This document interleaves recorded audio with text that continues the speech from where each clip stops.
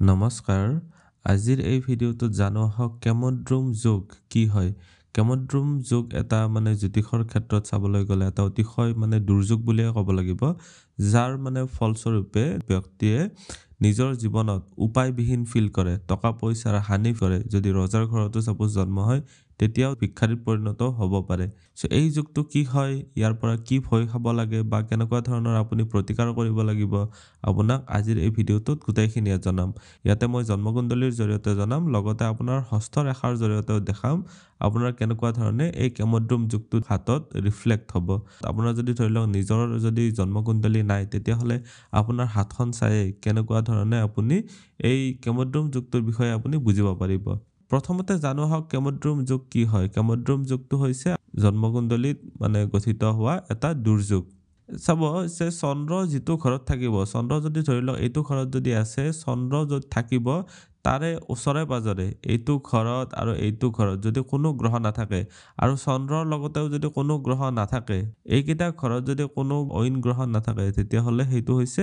কেমদ্ৰুম যুগ কথাটো হৈছে কি চন্দ্ৰৰ যদি অকলে থাকে আৰু লগতে যদি চন্দ্ৰৰ দুফালে থকা অৰ্থাৎ দ্বিতীয় ঘৰটো বা দ্বাদশ ঘৰটো এই দুটা ঘৰত যদি কোনো অইন গ্ৰহ নাথাকে তেতিয়াহ'লে যিটো গঠিত হয় এইটো সদায় হ'ব নেকি নে কিছুমান ক্ষেত্ৰত এইটো কেনচেল হ'ব এই গোটেইবিলাক আজিৰ এই ভিডিঅ'টোত আমি আলোচনা কৰিম ভিডিঅ'টো শেষলৈকে চাই থাকিব আপুনি যদি এতিয়ালৈকে মোৰ চেনেলটো ছাবস্ক্ৰাইব কৰা নাই তেতিয়াহ'লে ছাবস্ক্ৰাইব কৰি ল'ব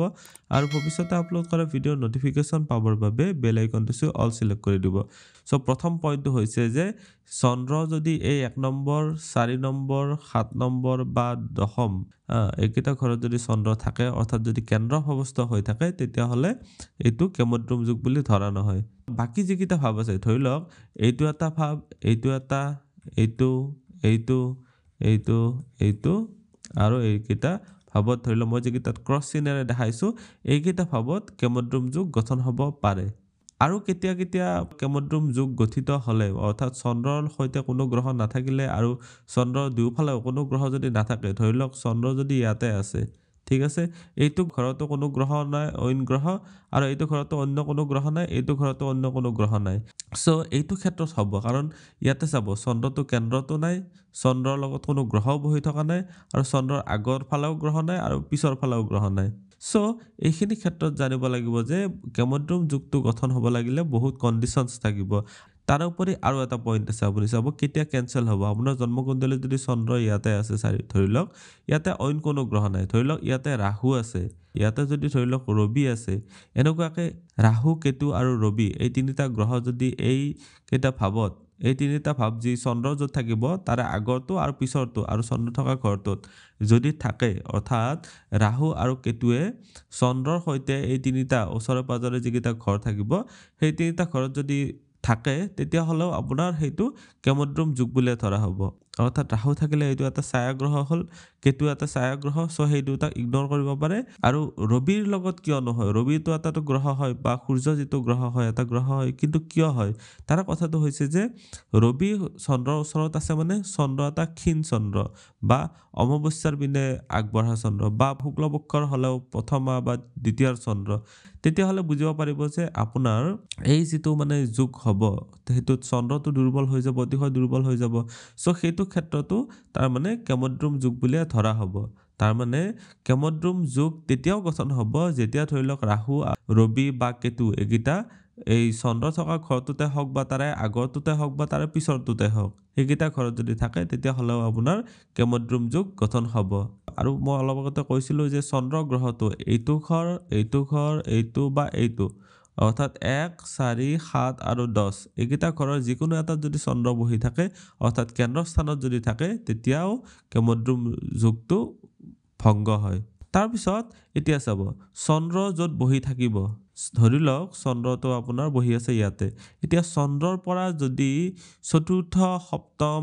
দশমত যদি গুৰু থাকে বৃহস্পতি থাকে লগত থাকিলেতো এইটো কেমদ্ৰুম যুগ নহবই ঠিক আছে বৃহস্পতি যদি ইয়াতে থাকে এইটোতো কেমদ্ৰুম যুগ নহ'লে কাৰণ চন্দ্ৰৰ লগত বৃহস্পতি আছে এইটো গজকেশৰী যুগত পৰিলে সো চাব এতিয়া মই আৰু কেইটামান কৈছোঁ চন্দ্ৰৰ পৰা 4 নম্বৰত 7 নম্বৰত বা 10 নম্বৰত যদি বৃহস্পতি থাকে তেতিয়াও সেইটো কেমদ্ৰুম যুগ বুলি ধৰা নহয় তাৰ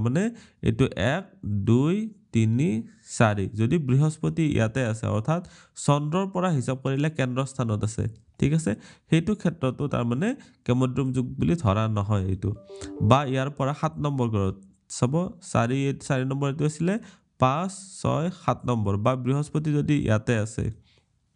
বা 8 9 10 বা বৃহস্পতি যদি ইয়াতে আছে অৰ্থাৎ চন্দ্ৰৰ পৰা হিচাপ কৰিব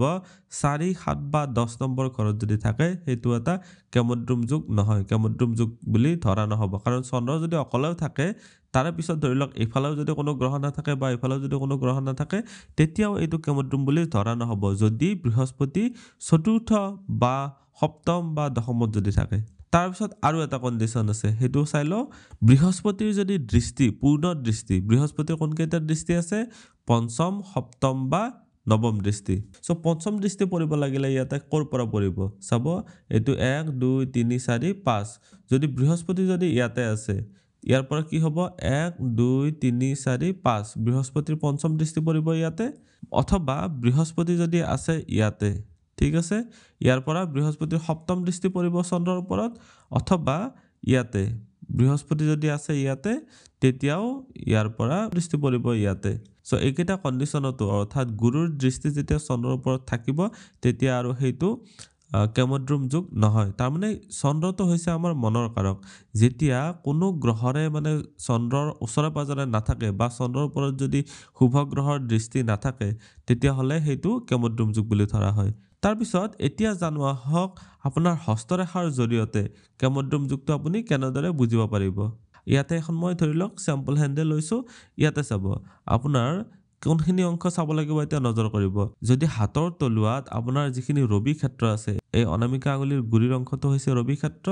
তাৰ পিছত চাব আপোনাৰ শুক্ৰাচাৰ্যৰ যিখিনি শুক্ৰ ক্ষেত্ৰ আছে সো চাব এতিয়া গোটেইবিলাক চাব নালাগে এই যিখিনি ৰবিৰ ক্ষেত্ৰ আছে আৰু এই যিখিনি শুক্ৰ ক্ষেত্ৰ আছে আপোনাৰ হাতখন লক্ষ্য কৰিব বাকি কেইটা অংশৰ তুলনাত যদি এই দুটা অংশ যদি দ হয় বা কিছু পৰিমাণে বাকিখিনি অংশ ফুলা এইখিনি অংশই হওক বা এইখিনি অংশই হওক কিন্তু এইখিনি অংশ আৰু এইখিনি অংশ যদি দ হয় দুটা ক্ষেত্ৰ দেই দ হয় তেতিয়া হলে আপুনি আৰু এটা কন্ডিশন চাব লাগিব যদি ৰবি ৰেখা ইয়াতে যেটো ৰবি ৰেখা থাকিব ইয়াতে ৰবি ৰেখাটো যদি এনেকুৱাকৈ ভঙা চিঙা যদি হয় ঠিক আছে বা অন্য ৰেখা যদি এনেকুৱাকৈ কাটি গৈছে এনেকুৱাকৈ যদি ভঙা চিঙা হৈ আছে তেতিয়া হলে আপুনি বুজিব পাৰিব যে এইটো এটা কেমদ্ৰুম যুগ হয় এতিয়া চাব ভংগ যদি হয় কেমদ্ৰুম যুগ ভংগ কেতিয়া হ'ব হেতু আপোনাৰ হাতৰ তলুৱাত কেনেদৰে চাব এই ৰবি ক্ষেত্ৰত চাব যে এনেকুৱাকৈ সূৰ্য ৰেখা যদি থাকে আৰু সূৰ্য ৰেখাৰ পৰা কোনো ৰেখা ওলাই যদি এনেকুৱাকৈ বুধৰ ক্ষেত্ৰ পিনে যদি যায় তেতিয়া হলে বুজি পাব যে আপোনাৰ কেমদ্ৰুম যুগটো ভংগ হৈছে অৰ্থাৎ আপোনাৰ বুদ্ধিৰ যেহেতু আপোনাৰ মান সম্মানত সাপোৰ্ট আছে আপোনাৰ যদি বুদ্ধি যদি চোকা হয় তেতিয়া হলে আপুনি এই কেমদ্ৰুমৰ যুগৰ পৰা বাছি আহিব পাৰিব তাৰ পিছত আৰু এটা কন্ডিশনত মানে কেমদ্ৰুম যুগ ভংগ হ'ব পাৰে ধৰিলওক আপোনাৰ এই যিখিনি চন্দ্ৰ ক্ষেত্ৰ আছে এই চন্দ্ৰ ক্ষেত্ৰৰ পৰা এই বুধৰ যিখিনি ক্ষেত্ৰ আছে ঠিক আছে এই ক্ষেত্ৰৰ পৰা এনেকুৱাকৈ এডাল ৰেখা যদি আহি কিনে এনেকুৱাকৈ যদি বুধৰ ক্ষেত্ৰ পাই যায় তেতিয়া হলো আপোনাৰ কেমদ্ৰুম যুগটো ভংগ হ'ব তাৰ মানে এই চন্দ্ৰ ক্ষেত্ৰৰ পৰা এই বুধৰ ক্ষেত্ৰলৈকে পাতলকৈ হলেও এডাল যদি ৰেখা যায় সচৰাচৰ ইয়াতে ডাঠ ৰেখা নাথাকে পাতলকৈ যদি ধৰিলওক এডাল ৰেখা যায় তেতিয়াও আপোনাৰ কেমদ্ৰুম যুগটো ভংগ হ'ব তাৰ পিছত আৰু আপোনাৰ চাব ইয়াতে হাতৰ এই যিখিনি মণিবন্ধৰ ৰেখা থাকে এনেকুৱাকৈ ইয়াতে ধৰিলওক এনেকুৱাকৈ জাল আকৃতি থাকেতো এনেকুৱাকৈ যদি চাৰিডাল ৰেখা যদি আপোনাৰ থাকে এনেকুৱাকৈ জাল কৰি স্পষ্টভাৱে মণিবন্ধৰ ৰেখা যদি চাৰিডাল থাকে ঠিক আছে এনেকুৱাকৈ ক্ৰছ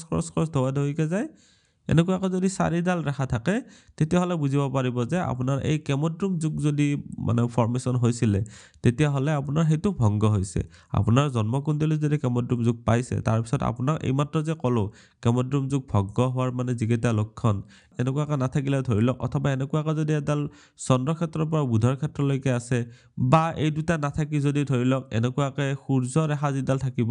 তাৰ পৰা এডাল ৰেখা এনেকুৱাকৈ বুধৰ ক্ষেত্ৰ পিনে গৈছে এইবিলাক ক্ষেত্ৰত তাৰ মানে কি হ'ব আপোনাৰ এই যেটো কেমদ্ৰুম মানে দুৰ্যোগ আছিল হেতুৰ ফালৰ পৰা আপোনাক মুক্ত কৰাব এতিয়া বহুখিনি পইণ্টে চালো এতিয়া কেমদ্ৰুম যুগ থাকিলেনো মানে হয় কি এইটো এটা হল অতিশয় মানে দুৰ্ভাগ্যপূৰ্ণ যুগ যিজন ব্যক্তিৰ মানে জন্মকুণ্ডলীত এনেকুৱা কেমদ্ৰুম যুগ থাকে তেওঁ অতি দৰিদ্ৰ বনাই এইটো যুগ থাকিলে জন্ম যদি ধৰি লওক ৰজাৰ ঘৰতো হয় পিছত যাই ভিক্ষাৰী পৰ্যন্ত হ'বলগীয়াত পৰিব পাৰে মনৰ কাৰক চন্দ্ৰ অকলশৰীয়া হৈ থকাৰ বাবে এই ব্যক্তিজন বোৰিং টাইপৰ হৈ যায় অৰ্থাৎ আপোনাৰ একোতেই ৰুচি নাথাকে যিজনৰ ধৰি লওক কেমদ্ৰুম যুগ থাকে চন্দ্ৰ গ্ৰহটো যাৰ লগত বহে তাক নাৰিছিং কৰে অৰ্থাৎ সেৱা শুশ্ৰূষা যিটো ধৰি লওক এনাৰ্জি দিয়ে চন্দ্ৰ গ্ৰহটোৰ পৰা সেই গ্ৰহটো মানে বল পায় ঠিক আছে বলত বৃদ্ধি কৰে সো চন্দ্ৰ গ্ৰহটো যদি কেমদ্ৰুম যুগ বনায় তেতিয়াহ'লে এই ব্যক্তিজনে নিজকে ভাগ্যহীন অনুভৱ কৰিব সকলো ক্ষেত্ৰতে ধৰি লওক এনেকুৱাকে ফিল কৰিব যে তেওঁ অসহায় অনুভৱ কৰিব এনেকুৱা ফিল হ'ব যে কৰোঁ পৰা তেওঁ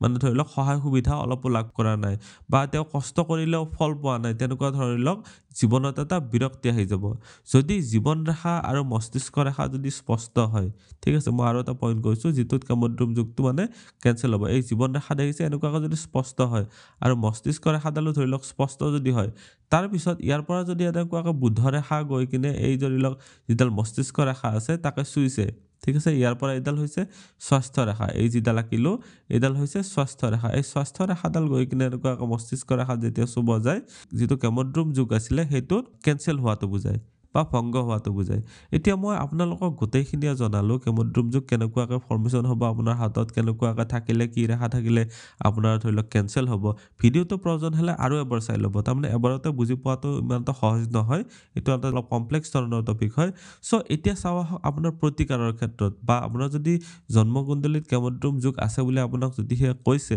তেতিয়াহ'লে আপুনি কি কৰিব কি প্ৰতিকাৰ কৰিব বা কি উপায় কৰিব সো প্ৰথম প্ৰতিকাৰটো হৈছে যে আপুনি শিৱৰ আৰাধনা কৰিব লাগিব সোমবাৰে আপুনি শিৱ মন্দিৰত গৈ চাকি জ্বলাব আৰু চাকি জ্বলাই উঠি যদি আপুনি যদি কোনোবা ভিক্ষাৰীক যদি গাখীৰ দান দিব পাৰে ধৰি লওক গাখীৰ অকণমান যাচি খুৱাব পাৰে তেতিয়াহ'লে আপোনাৰ এই কেমদ্ৰুম যুগৰ পৰা আপোনাৰ যথেষ্টখিনি ৰিলিফ হ'ব আপুনি যদি পাৰে পূৰ্ণিমাৰ দিনা কোনোবা ধৰি লওক মুকলি ঠাইত গৈ য'ৰ পৰা চন্দ্ৰটো স্পষ্টভাৱে দেখা যায় তাতে আপুনি যাব যাই কিনে চন্দ্ৰটোক ভালদৰে চাই চন্দ্ৰটোৰ পিনে চাই থাকিবতো পাৰিব চন্দ্ৰৰ বিশেষ মানে শীতল পোহৰ হয় চ' চন্দ্ৰটোৰ পিনে চাই থাকি আপুনি আপোনাৰ হাতযোৰ কৰি আপুনি অনুৰোধ জনাব যে আপোনাৰ যিবিলাক প্ৰব্লেম ফেচ কৰি আছে তাৰ পৰা উদ্ধাৰ কৰক বুলি আপুনি সেৱা এটা জনাই অনুৰোধ কৰিব তেতিয়া আপোনাৰ এই কেমদ্ৰুম যুগৰ পৰা আপুনি নিশ্চয় ৰিলিফ পাব আপুনি যদি নিজৰ বিষয়ে জানিব বিচাৰে হোৱাটছএপত কণ্টেক্ট কৰিব পাৰে ভিডিঅ'টো চাই কেনেকুৱা লাগিলে কমেণ্টত নিশ্চয় জনাব ধন্যবাদ এইটো ভিডিঅ'ত আগবঢ়োৱা জ্ঞানখিনিৰ পৰা যদি আনৰো উপকাৰ হ'ব ভাবে তেনেহ'লে বন্ধুবৰ্গ আত্মীয় স্বজন আৰু চিনাকি মানুহৰ সৈতে শ্বেয়াৰো কৰিব আপোনালোকে নেক্সট ভিডিঅ' কিহৰ ওপৰত চাব বিচাৰে কমেণ্টত জনাব ধন্যবাদ